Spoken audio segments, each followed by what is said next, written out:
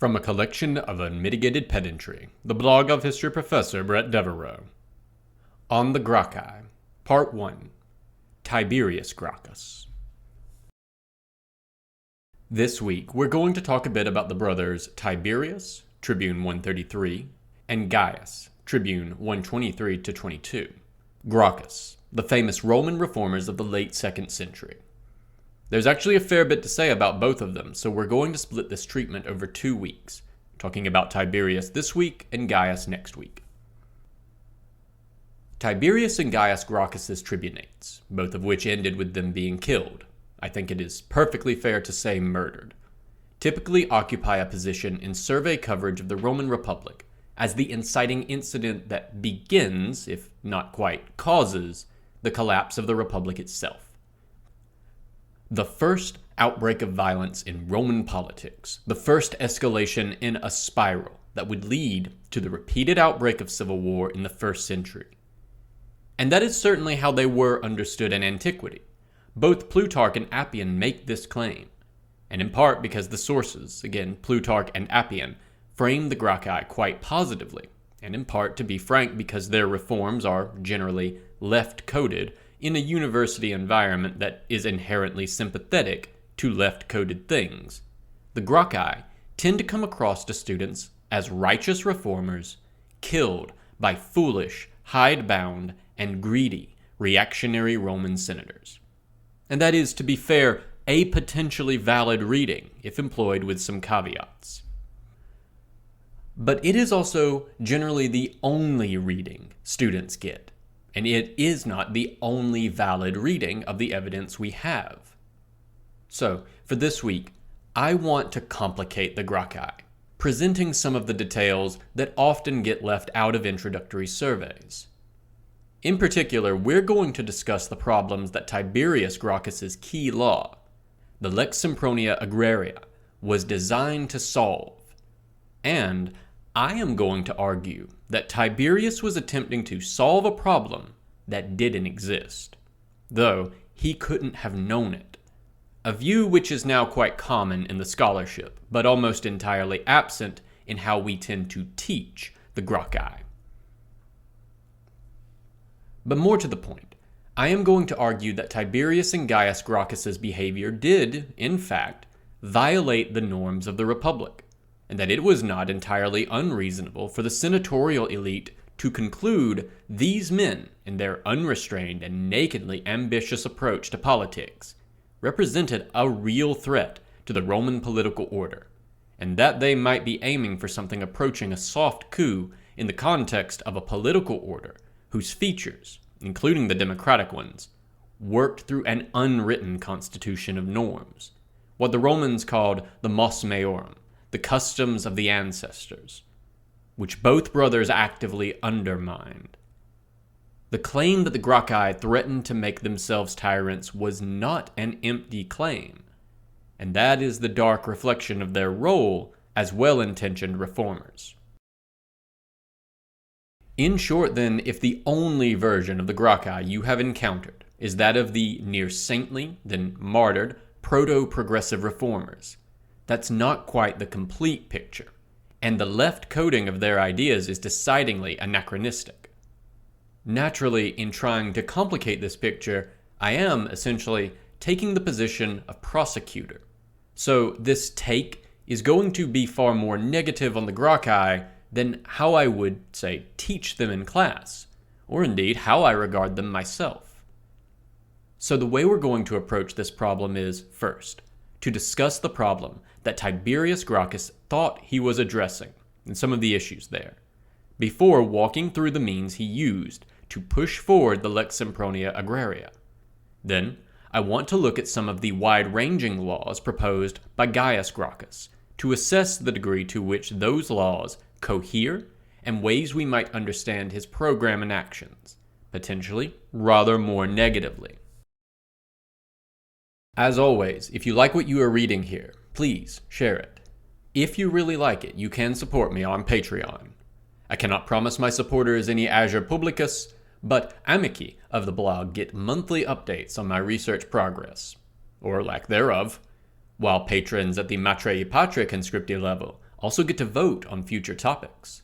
If you want updates whenever a new post appears, you can click below for email updates, or you can follow me on Blue Sky at bretdevereaux.bsky.social, or Twitter at bretdevereaux, or less frequently Mastodon at bretdevereaux@historians.social, for updates as to new posts, as well as my occasional ancient history, foreign policy, or military history musings.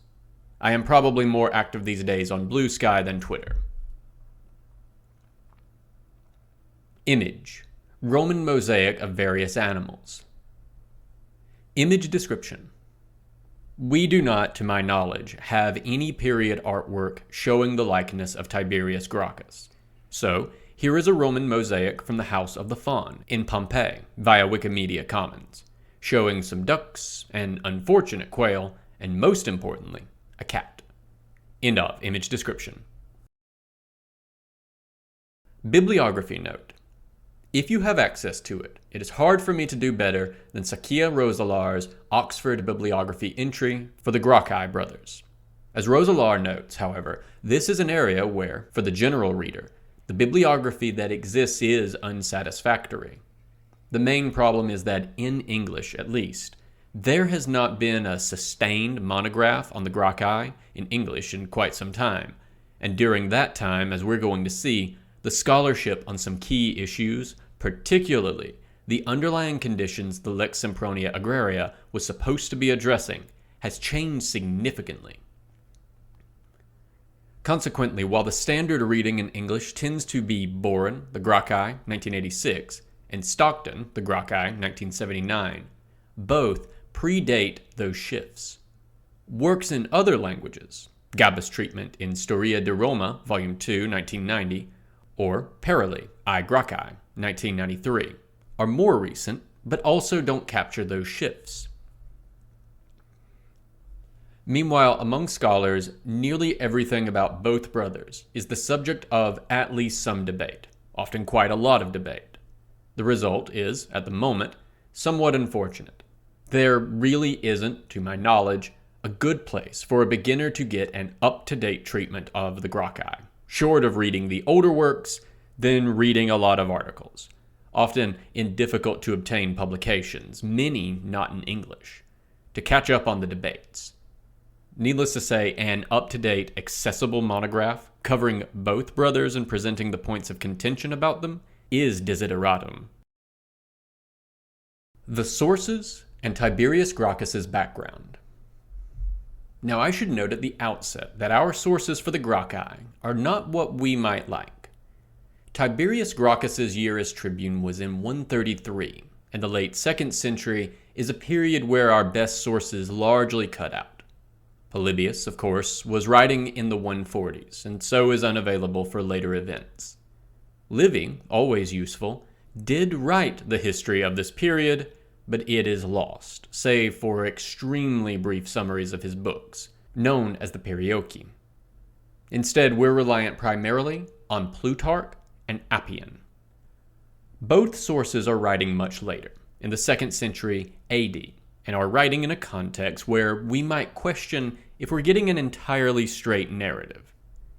As I've noted before, Plutarch's biographies in his parallel lives, of which there is one for Tiberius Gracchus and one for Gaius Gracchus, are intended to be moralizing essays rather than straight historical accounts. And Plutarch is not above bending the truth to fit his narrative. He also tends to leave out details if they don't fit his narrative. Meanwhile, as DJ Gargola has noted, Appian is also bending his account of Tiberius Gracchus's reforms, in particular by presenting the Lex Sempronia Agraria as an entirely traditional, conventional response to a pressing crisis. Note 1. DJ Gargola, the Gracchan Reform and Appian's representation of an agrarian crisis. In People, Land, and Politics, editors L. Delete and S.J. Northwood, 2008. End of note 1. But in fact, the provisions of the Lex Sempronia Agraria were not traditional. No similar law, save for a reenactment by Gaius Gracchus, had ever or would ever be passed in Rome, and the legal precedent that Appian presents as providing the foundation for Tiberius's law, appears to be, at least substantially, an anachronistic invention. Meanwhile, the crisis Appian thinks Tiberius Gracchus thought he was addressing probably didn't exist in the form he understood it. But that's what we have, so it is what we must work with. And we should note that both Plutarch and Appian are quite favorable to the Gracchi, even though both men were clearly very controversial in their day. So in a sense, this is a reverse of the situation we had with Cleopatra, where we had to contend with relentlessly negative sources. Here, the sources are broadly positive. So, on with what we know. Tiberius Gracchus was elected tribune in 133. His election was already unusual, in that he seems to have run on something like a program, land reform, which we'll get to. Romans generally ran on character and background, rather than promising specific political actions if elected, so this was unusual. Part of the reason for it was doubtless that Tiberius Gracchus's political fortunes were in difficulties. Now we should note here that while Tiberius Gracchus was a plebeian, that is, not a patrician, that doesn't make him a political outsider. Tiberius Gracchus was not remotely a political outsider or poor man or lacking in influence. His father, also Tiberius Sempronius Gracchus, had been consul in 177 and 163, and censor in 169. His father, or grandfather, was consul in 215 and 213.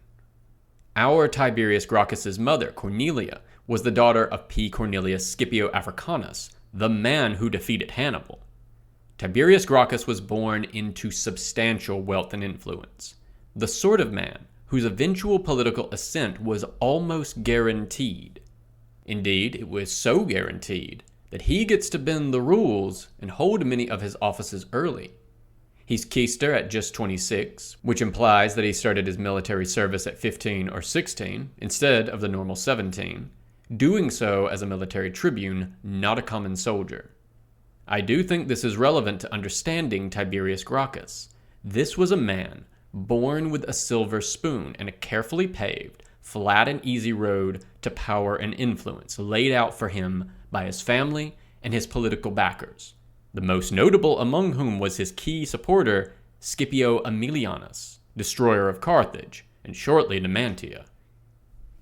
Except he got wrapped up in something of a nasty foreign policy scandal during his year as quaestor, when he was assigned to the amazingly named, but less amazingly capable, C. Hostilius Mancinus, who as consul in 137 was supposed to deal with Numantia in Spain.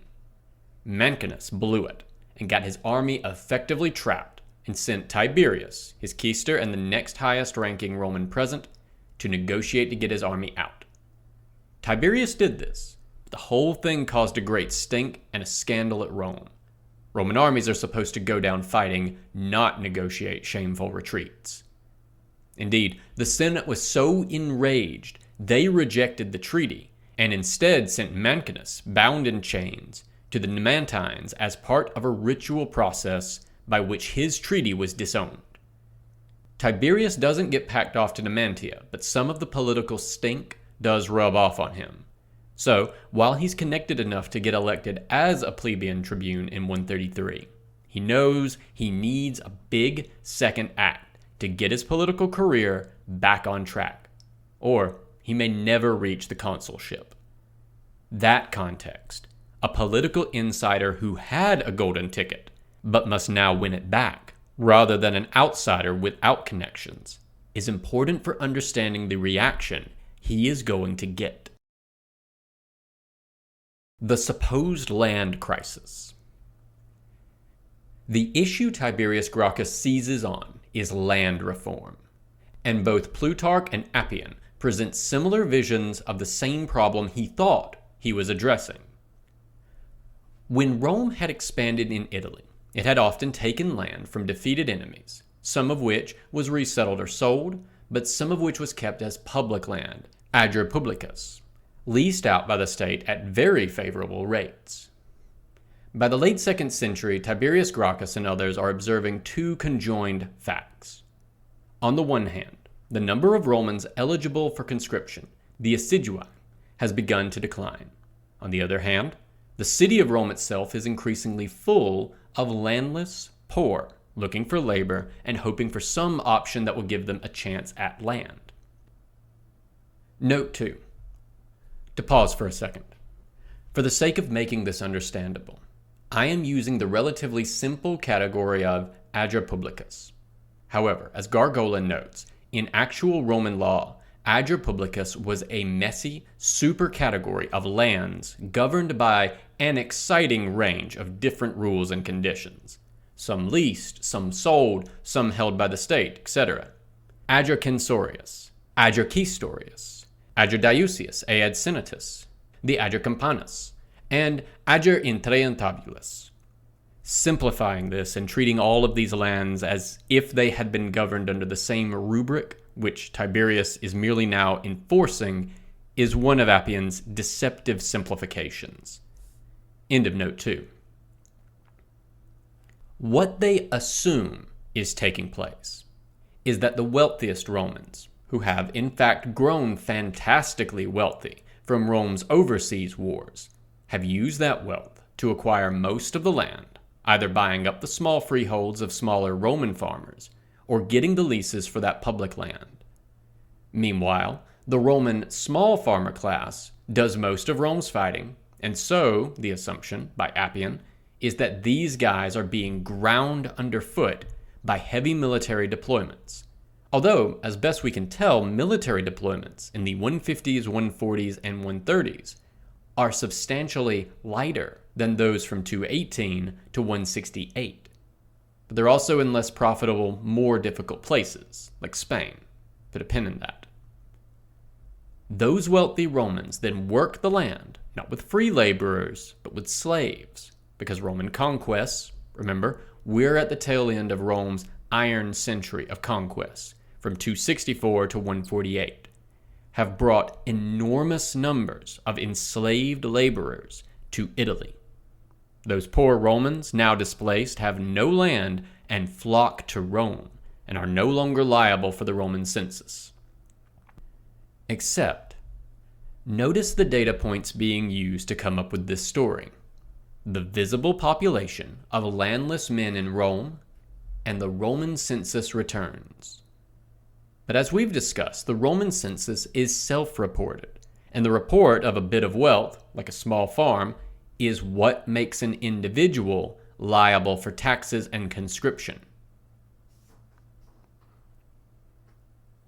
In short, the story we have above is an interpretation of the available data, but not the only one. And both our sources and Tiberius Gracchus simply lack the tools necessary to gather the information they need to sound out if their interpretation is correct. All of which now, at last, brings us to the scholarship of the last several decades, which has, by and large, concluded that Tiberius Gracchus probably misunderstood the nature of Roman social and economic problems in the late 2nd century, and as a result applied the wrong solution. Note 3. For the scholarship, this reaction begins with J.W. Rich, the supposed Roman manpower shortage of the later 2nd century BC, Historia 32, 1983. The next major phase comes out of the high count, low count population debates around Roman demography, because older demographic models, like those of P.A. Brunt, Italian Manpower 1971, had assumed a static Roman population. But as noted, we increasingly had evidence for a modestly increasing population. The implications of that get worked out in books like In Rosenstein, Rome at War, Farms, Families, and Death in the Middle Republic, 2004, and El Delete, Peasants, Citizens, and Soldiers, 2012. Finally, you also have a recognition that while the wars in Spain were unpopular, they didn't have massive manpower demands. For example, Taylor, goodbye to all that. the Roman citizen militia after the Great Wars, in A Community in Transition, editors Imbalbo and F. Santangelo, 2023. End of note 3. The initial problem is that the above model assumes a basically stagnant Italian population. You're just shifting people around, not generating new people. But survey archaeology shows growing urban centers and new land coming under cultivation, suggesting a modestly rising population, a conclusion reinforced by demographic modeling, which recognizes the likely marked decline in military mortality in the back half of the 2nd century.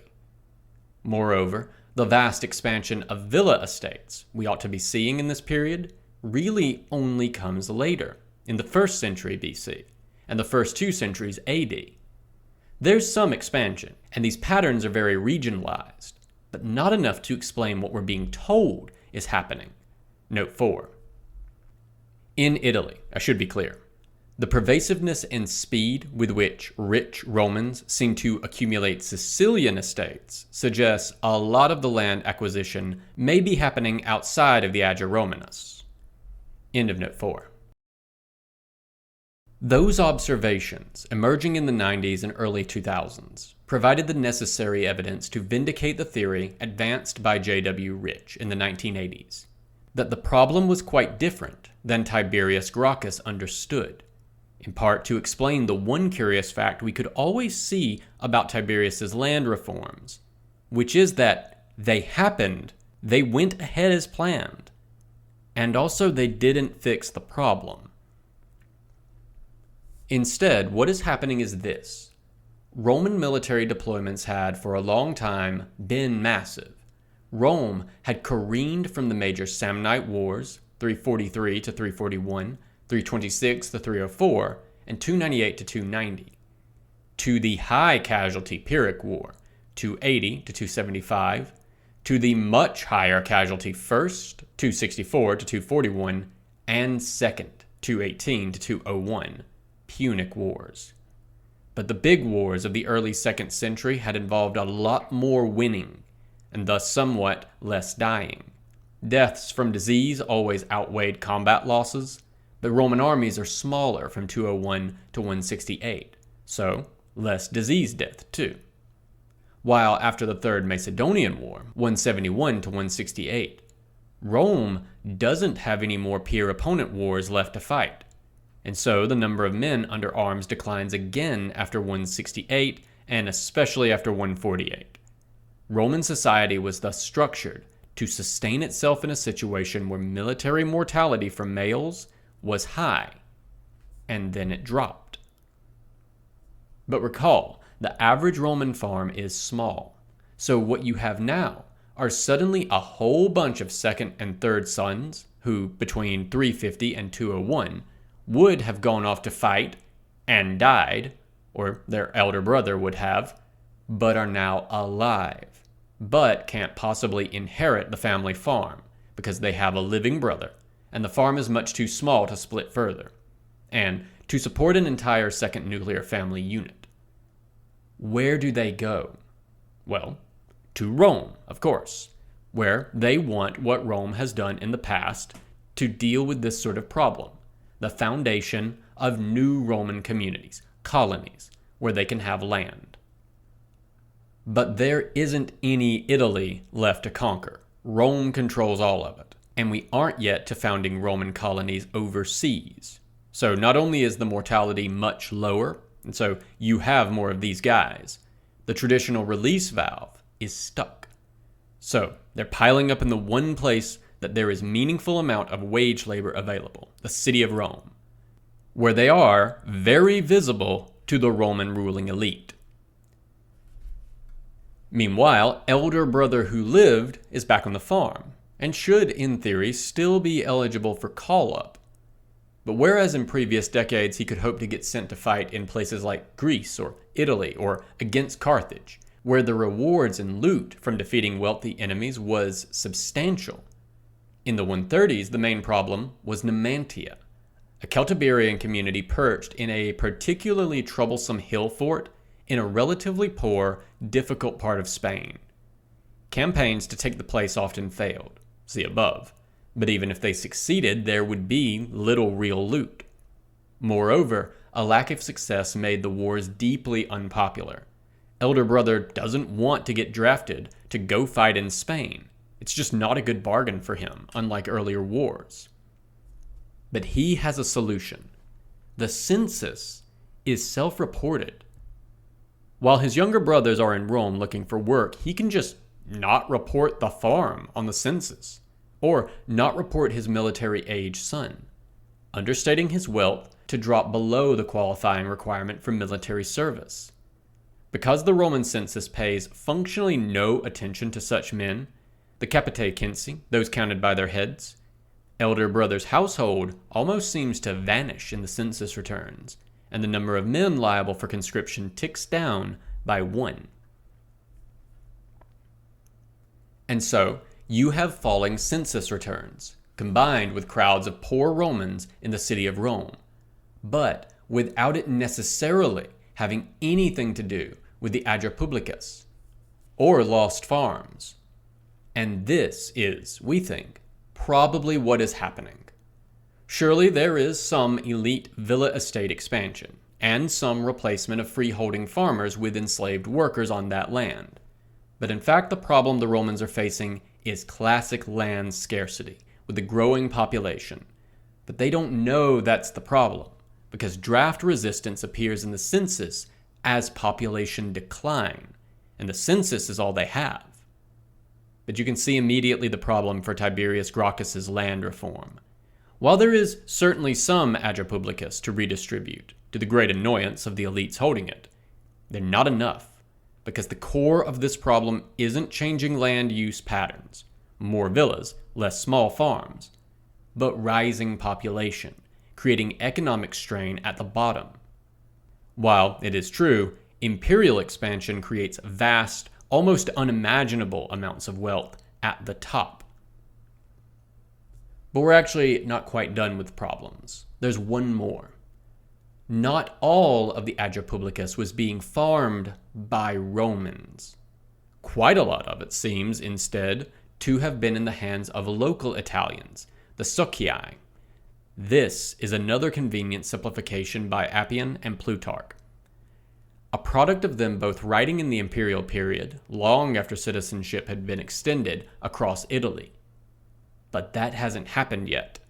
So, any law to redistribute ager publicus would mean taking land from the socii, who were currently using it, for a land giveaway in which only Roman citizens will be eligible. You may well imagine that doing something like that might really damage relations with the socii, and also fundamentally change the bargain by which the Roman alliance system functioned, as before Tiberius Gracchus, the socii seem to have been eligible to settle in Roman colonial foundations on conquered lands. But they will not be eligible to get land in Tiberius Gracchus's land reform bill. You can quickly flip ahead to the year 91 to see how that turns out in the long run. Tiberius Gracchus's Tribunate, 133. Tiberius Gracchus's proposal to fix this problem was the Lex Sempronia Agraria. The law proposed to enforce a legal but long-ignored limit on the holding of ager publicus, note 5, which, again, noting the complications above, probably means applying that limit for the first time to at least some classifications of land it had not applied to before, and also applying it against the socii, end of note 5. Restricting individuals to holding just 500 jugera, roughly 311 acres, with the state revoking the leases on the remainder and using the reclaimed land to then provide small plots for free to the Roman poor, with a rider that these plots could not be sold, to avoid them being reconsolidated into elite estates. And here, it is worth noting that kind of government the Romans had to understand the response. The Roman Republic had written laws, but no written constitution. Instead, the rules for office holding, for conducting the business of the Senate, for running the assemblies, and so on, were all customary. The Romans governed themselves in accordance with what they called the mos maiorum, the custom of the ancestors.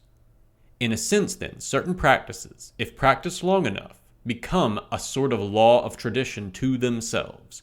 And of course, one of those customs, practiced at this point for, at minimum, around 150 years, was the continual leasing of large amounts of ager publicus to the point that the leases were treated as a form of ownership. People used that land for securities for loans, they built houses on it, they buried their parents on it, and so on. Because the leases were presumptively renewable and had been for decades, if not centuries, under the Mos Maiorum, the holders of ager publicus had long considered the land theirs. And of course, the upset parties are rich and powerful, so their opposition was significant and meaningful politically. In brief, the way this plays out is that while Tiberius Gracchus does have significant popular support for his motion, much of the elite are opposed. He draws up a quite conciliatory version of the law, which proposes to compensate the holders of large amounts of ager publicus for their lost leasing rights, and to then give them the remainder of their leased land. So they needn't fear a second lex agraria, and a third and a fourth, and so on. But according to Plutarch, in the face of continued elite opposition, shifts back to a less conciliatory version of the law. The resistance to his law centers on another tribune, Marcus Octavius, himself a large holder of public lands, who plans to veto the law and uses his own powers as a tribune to disrupt the process, along with some fairly clear shenanigans by some of the wealthy, likely trying to hide the voting urns to prevent a vote on the law, and so on.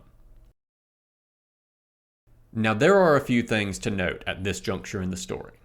First, there being 10 tribunes, it must never have been very hard to find a tribute willing to gum up the passage of a given law. But that, traditionally, this was a tactic of delay rather than a hard stop, the way Octavius is using it. At the same time, with real public momentum to make this law happen, one could easily imagine simply waiting Octavius out. He only has 1 year in office. Except that, remember, Tiberius Gracchus needs a big victory in his tribunate to get his political career on track, a consideration that was clearly significant, thus the reason we're informed of his quaestorship. We usually don't know much about even very significant figures' time in junior offices. That consideration, I think, serves as important context for Tiberius's decision to escalate every time he encounters resistance. He cannot afford to simply be the prelude to someone else passing this law. He needs to pass it himself. The normal method for deconflicting two magistrates with opposing vetoes like this was to go to the Senate, which Tiberius Gracchus, hoping his influential supporters would carry the day, did. Instead, according to Plutarch, the Senate was merely no help, whereas Appian describes the Senate as openly upbraiding Tiberius, a strong negative response.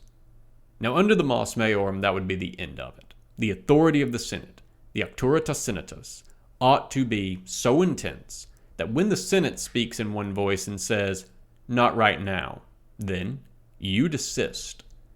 Remember that in the Roman conception, the Republic is a partnership of sorts between the Senate and the people, the S and the P in SPQR, rather than a situation in which the Senate is purely subordinate to the popular will. If the Senate is strongly opposed, that is supposed to be a veto point that is respected. But remember, Tiberius Gracchus cannot politically desist. He must push through because his political career requires a victory this year. Note that the cause does not require a victory in 133. There is nothing to stop another tribune in 132 from trying to advance the same bill, or a more limited or different version of it. But Tiberius Gracchus's career absolutely requires success in 133. So instead of desisting, he escalates. He now clearly breaks with the Mos Maiorum and plans to take his law directly to the people against the advice of the Senate. Octavius is obviously a problem. He'll veto anything Tiberius Gracchus tries to do. So, Tiberius Gracchus, introduces a law to depose Octavius from office. The Roman Republic doesn't have anything like impeachment. There is no framework to remove someone from office. Instead, the way the Republic works is that all of the offices are held for short duration, 1 year, and while tribunes and office holders with imperium are immune from prosecution while in office, they can be prosecuted the moment they leave office for any crimes they committed. There is no framework for booting out a tribune like this.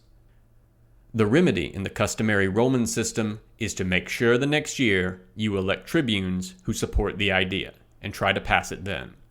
But that remedy doesn't work for Tiberius Gracchus. So Tiberius Gracchus passes the law deposing Octavius, and then has him dragged from the speaker's platform, the rostra, and now we have a problem. Because of course, Octavius's supporters are going to view this law itself as illegal and invalid. Tribunes are, you will recall, sacrosanct. So it's not clear they can be deposed, and it is very clear they cannot be assaulted or dragged. Violating the sacrosanctity of a tribune is, at least notionally, a capital offense, and a severe violation of religion. And if you think that Tiberius Gracchus's legal basis for all of this is rubbish, you think he just did it twice. Of course, Tiberius is also a tribune, so you can't attack him now. But once his year is done, you are probably planning to haul him into court and let a jury decide if what he did was illegal or not. Note 6. The Roman court system leaves questions of law, which in most modern courts would be decided by a judge, to the jury itself. End of note 6. In any case, with Octavius removed, Tiberius passes his land reform bill. The law provided for a 3-man commission to handle the assessment of what public land was held in excess and then to hand it out. Tiberius Gracchus names as those commissioners himself, his brother, and his father-in-law, Appius Claudius Pulcher. Consul 143. Needless to say, this is a set of commissioners which does not inspire a lot of confidence that the commission will be uncorrupted by politics, a point we'll get back to in just a moment. In the meantime, the Senate looked to exert its traditional prerogative over state funds, as it advised the quaestors who superintended the treasury to hamstring the new commission. But Tiberius Gracchus took advantage of the recent death of Attalus III, king of Pergamum. Attalus had notionally willed his kingdom to the Roman people. He had no clear heirs, and so perhaps thought by this act to get the Romans to pick one of his relatives to run the kingdom, thus avoiding a damaging civil war. But instead, Tiberius, getting the news early, rushed to pass a law annexing the kingdom and using the windfall to fund his commission.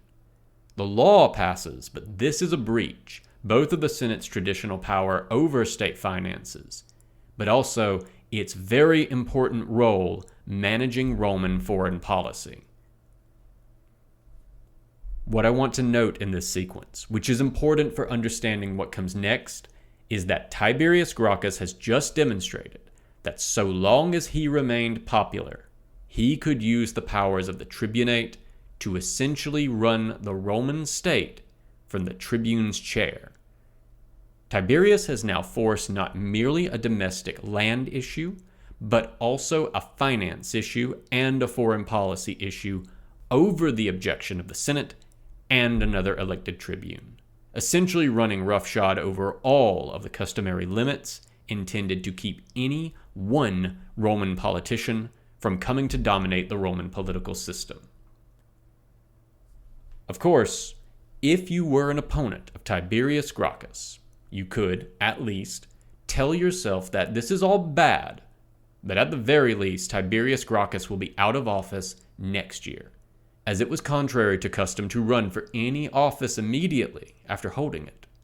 Indeed, it was unusual to hold basically any office more than once, save for the consulship, and even then, only for very successful consuls, and never multiple years in a row. Those limits are customary, but everything about the Roman Republic is customary. If you discounted the Mos Maiorum, there wouldn't be any republic left. You'd instead expect that Tiberius would go back to being a senator for a few years while planning his shot at praetorship, during which he'll have to survive a series of court battles over the legality of his actions. So, even if he is doing potentially outrageous, dangerous things, at least he'll be gone in a year. Right? The elections for 132.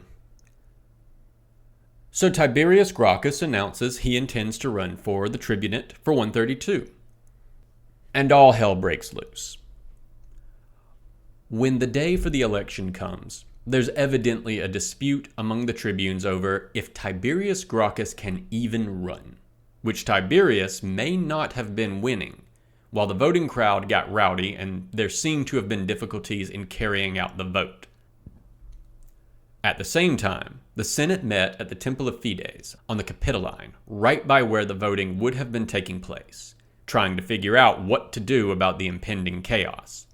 They'd be aware that fights were breaking out in the voting below, and that the crowd was getting out of control, and perhaps rumors that the election had been disrupted and that Tiberius Gracchus had declared himself a tribune anyway. In the Senate meeting, the senators, led by Publius Cornelius Scipio Nasica Serapio, consul 138, Pontifex Maximus 141 to 132, demanded the consuls take action, fearing that Tiberius Gracchus was attempting to overthrow the Senate. Reportedly, the consul present, Publius Mucius Scaevola, consul 133, and a supporter of Gracchus, responded with prevarication, saying he'd throw out the results of the vote if it was illegal, but perhaps not specifying if that meant he'd rule Tiberius himself an unlawful candidate. Scipio Nasica, perhaps assuming that this sort of prevaricating inaction was intended to let Tiberius steal a march and make himself tribune anyway, instead pulled up his toga, capite velato, with head veiled, a gesture indicating he was embarking, in his office as Pontifex Maximus, on a religious ritual. In this case, a ritual murder, and led the Senate out, presumably with many of their clients, as a mob to stop Tiberius Gracchus. That mob of senators with makeshift weapons met an equally makeshift mob around Tiberius Gracchus, and in the resulting street battle with clubs and fists, Tiberius Gracchus is killed. And on the one hand, I think it's easy to see how this gets simplified down to the easy narrative of the martyred reformer in a classroom environment. Tiberius Gracchus proposed a law to help the poor, which would have mildly inconvenienced the rich, and they killed him for it. And that's not wrong, but it is incomplete. Consider the matter from the perspective of another senator, or even just a regular Roman who didn't support Tiberius Gracchus. Tiberius Gracchus had spent the first half of 133 demonstrating that if you were willing to exceed the customary limits on the power of the tribune, that so long as you were popular and charismatic, it was possible to subvert the entire state. In short, Tiberius Gracchus had done a 6-month practicum on how to rule the Roman Republic as a tyrant with just the powers of a tribune. If that sounds absurd, let me remind you that the legal basis for the domestic powers of the Roman emperors will be a simple grant of tribunicia potestas, the powers of the tribunate. It was a very powerful office, constrained by the customary sense of its limited objectives and purpose, and the assumption that unless the tribunes were acting as a body on behalf of the people, that they would be deferential to the Senate. Now, Tiberius Gracchus's land commission was going to grind into gear, handing out free land and equipment and supplies to build farms on it to Roman citizens. Under Roman social customs, those citizens will have become, by that act, clients of Tiberius Gracchus, or of the other two commissioners, who are, I should note, his brother and father-in-law. So Tiberius Gracchus is about to use state funds to mint thousands of voters who are, by the bonds of Roman culture, loyal to him. They will be bound by Roman honor culture to vote for him. Now, if Tiberius Gracchus intended to follow the traditions of Roman office holding, that might not be too bad. His charisma, clients, and influence might, or might not, get him out of the tough legal fights ahead.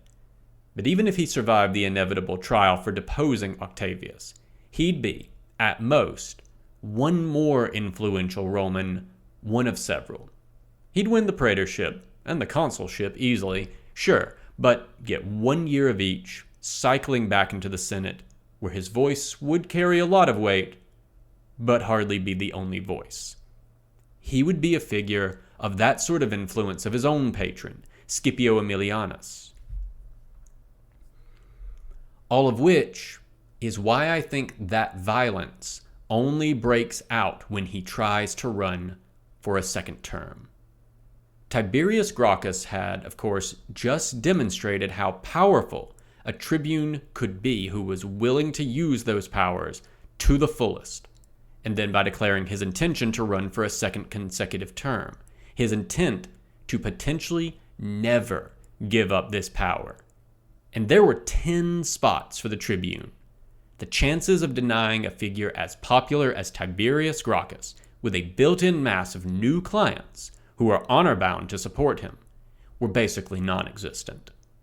Having breached the no consecutive office-holding norm once, there was no reason he couldn't keep running and keep winning. Which would mean Tiberius Gracchus running the state from the tribune's chair, immune from prosecution permanently. And then you have the event itself, where Tiberius's supporters, as the voting is preparing to get underway and the tribunes and senate are trying to figure out if Tiberius even can run, get violent. Appian and Plutarch tell us that when the magistrates, with their lictors who carried the fasces, the emblems of state authority, tried to stand in Tiberius's way into the voting space on the grounds that his candidacy might be illegal, something that was being actively debated by the tribunes, you will recall. His supporters seized their fasces and broke them, beating them and forcing them from the voting place with such violence that many of the other tribunes fled. And it is in that context that the Senate is hearing rumors that perhaps Tiberius has deposed the other tribunes, or declared himself tribune without an election. Or worse yet, that he had motioned to his head to demand a crown. They panic that what is in fact happening is a coup, that Tiberius is intending to seize extra-constitutional power. Because if you were going to do it, that is exactly how you would do it. Indeed, as the Roman senators could hardly have been unaware by this point, this was the standard way for tyrants to seize power in Greek polis. And I think that's important to understand what we're told next, which is that the Romans themselves were, in that moment, deeply divided about what had just happened. Some, we're told, mourned deeply, but equally Appian reports rejoicing. According to Plutarch, Scipio Aemilianus, Tiberius Gracchus's most important supporter, off besieging Numantia in 133, when he heard of Tiberius Gracchus's death, responded with a line from Homer. Os apoloto kealos, otos tuafta hierazi. So too may perish utterly any other who does such things. That quip, we're told, cost Scipio Aemilianus much of his favor with the people. But it is striking coming from a man who was one of his strongest backers, and yet concluded at Tiberius Gracchus's death that he should have been killed for what he had done, and so too any who tried again after him. Remembering Tiberius Gracchus. Now, even in this rundown, it is not hard to see the Tiberius Gracchus most students will recognize. The well-meaning reformer who saw a problem, the poor, being crushed underfoot, and aimed to solve it. And when his solution ran afoul of the elite, he was murdered for it. But there is another Tiberius Gracchus. The Tiberius Gracchus who misdiagnosed a non-existent problem, and then proposed a solution that, as we'll see next week, didn't do much to solve that problem. Notably, the Lex Sempronia Agraria was not repealed after Tiberius's death, but staffed, funded, and allowed to go forward, but did set up an even more significant future crisis. This he may have done because he cared deeply about the poor, but equally he may have done it because he was an extremely elite Roman himself, whose door to power and influence, once wide open and easy, was swiftly swinging shut. And such a dramatic political agenda was necessary to save his career. The Republic be damned.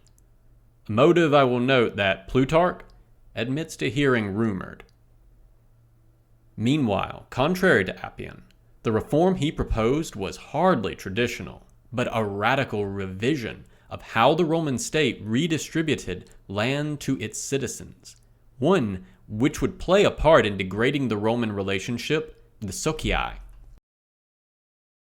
In that pursuit, again, of a misguided reform that would not solve the problem it did not understand, Tiberius Gracchus ruptured the unwritten constitutional structure of the Republic, demonstrating that one could use the powers of the Tribunate, combined with a committed body of followers, to effectively run the Roman state out of the tribune's assembly, the concilium plebis, in defiance of the Senate, and even, if necessary, in defiance of other tribunes. It is worth not forgetting that Marcus Octavius, who Tiberius Gracchus deposed, was every bit as elected as Tiberius. And then, there really is no way around saying it. Tiberius Gracchus does everything one would do if he was planning to set himself up as a tyrant. Having stocked his land commission with a committee of himself and his relatives, he runs for a second term in violation of custom to his powerful office, while his supporters deploy as a mob, chasing other officials away from the voting. This is, to be clear, what the pro-Tiberius Gracchus sources tell us. None of which should be taken as a defense of Marcus Octavius or Scipio Nasica. In this moment, as in subsequent moments, the conservative Roman aristocracy of the late Republic demonstrates its great flaw. It would sacrifice everything in order to compromise nothing. There were obvious off-ramps that could have been taken in this confrontation, which do not seem to have been attempted. Tiberius Gracchus's earlier, more conciliatory version of the law fell by the wayside. But also, once the agrarian law was passed, the Senate could have signaled that they would not countenance its repeal, removing the public justification Tiberius had for running again, to protect the law that had passed. It's not clear to me if Tiberius Gracchus would have taken such a deal, but it would have been revealing of his motives either way. Instead, Scipio Nasica takes a bad situation and makes it worse. One of the great counterfactuals of this moment, of course, is what if Scipio Aemilianus had been in Rome instead of besieging Numantia? A supporter and friend of Tiberius Gracchus, but evidently also alarmed by his actions, one wonders if Aemilianus could have used his tremendous popularity and influence to broker a less violent, destabilizing resolution. Appian renders his judgment on Tiberius Gracchus that he died, quote, on account of an excellent proposal he pursued with violence, end quote. Aristou voulematus ineca, Vieos αυτοπροήσεων. Very literally, on account of an excellent proposal, he, Tiberius Gracchus, having added violence to it. As I read it, there is no ambiguity here, that it is Tiberius Gracchus who is adding the violence. Proision, active participle, masculine, nominative, singular, is picking up Gracchus, earlier in the sentence. End of note 7. Putting the final blame not on Scipio Nasica, but on Tiberius Gracchus. And of course, we must, again, note that Appian is, in fact, fudging his details to make Tiberius's proposal look more reasonable and traditional than it actually is. Tiberius Gracchus was not an uncomplicatedly positive reformer figure, but a messy political figure whose actions could have been dangerous even had they succeeded, whose motivations are, at best, dubious, and who shook the Republic to its foundations in pursuit of a poorly thought-out reform to address either a problem which didn't exist, a land crisis, or existed for only one man, Tiberius Gracchus's political career. Curse the folly of Scipio Nasica, but praise Tiberius Gracchus only with caution and caveats. As, we'll see, will be even more true for his less compromising and more violent and fiery brother. This has been a recording from a collection of unmitigated pedantry, the blog of history professor Bret, recorded by myself, A Great Divorce, for accessibility and sharing purposes. If you enjoyed this content and wish to engage with it or support Bret, please check the description for links to the original post on his blog, his social media, and his Patreon. I highly encourage you to share, support, and engage with his works on any and all platforms if you are so inclined. If you wish to support me, please do remember to like, share, and subscribe to this or any other content here that you enjoy. Thank you so much for listening.